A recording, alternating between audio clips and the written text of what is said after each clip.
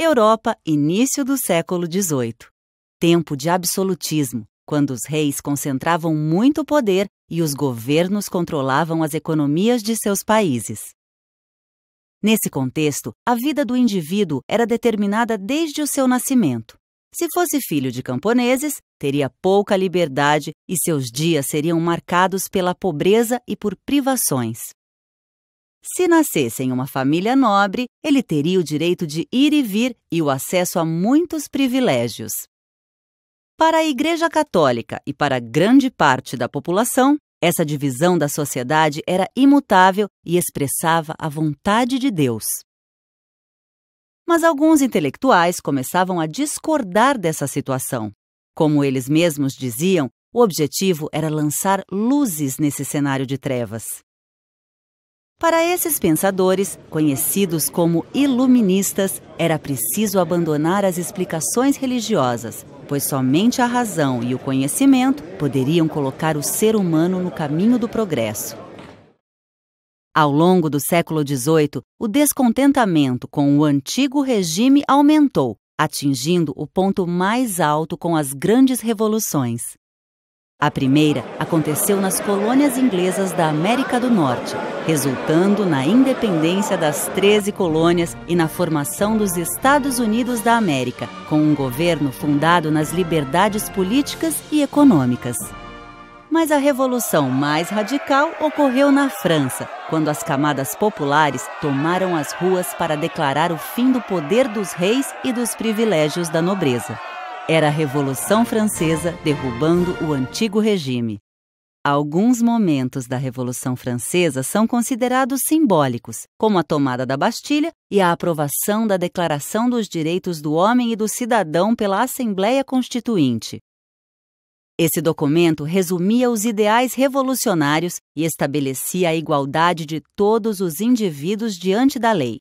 Camponês, burguês ou nobre, todos passariam a ter o direito de se expressar livremente, de adquirir propriedades, de se defender e de se rebelar contra o governo.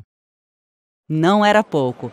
A Declaração dos Direitos do Homem e do Cidadão invertia a lógica da sociedade, que deixava de expressar a vontade divina para expressar a vontade do povo. Nas décadas seguintes, os ideais revolucionários se espalharam pelo mundo, influenciando as lutas contra diversas formas de opressão. Entre os séculos XIX e XX, por exemplo, intensos movimentos de trabalhadores conseguiram estabelecer a jornada de 8 horas de trabalho e o direito às férias e ao descanso semanal remunerado. No mesmo período, em vários países, as mulheres conquistaram o direito ao voto e à igualdade com os homens perante a lei. O direito à liberdade e a uma vida digna seria reafirmado após a Segunda Guerra Mundial com a assinatura da Declaração Universal dos Direitos Humanos. No Brasil, a história seguiu um caminho semelhante. Um dos grandes marcos da luta pelos direitos humanos foi a promulgação da Constituição de 1988. Ela procurou garantir os direitos democráticos, como a liberdade de expressão e as eleições diretas, eliminadas pela ditadura militar, além de ampliar os direitos dos trabalhadores.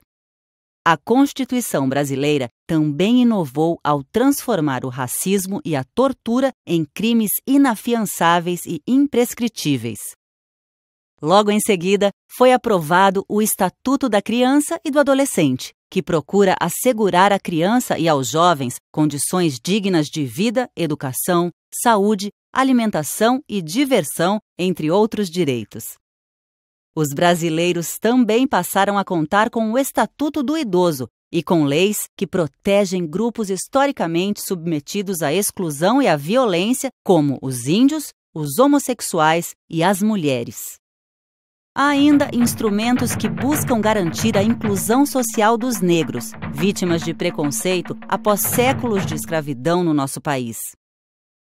Mas, mesmo com a conquista de diversos instrumentos de defesa dos direitos humanos, ainda há um longo caminho na luta por liberdade, justiça social e pela garantia da plena cidadania.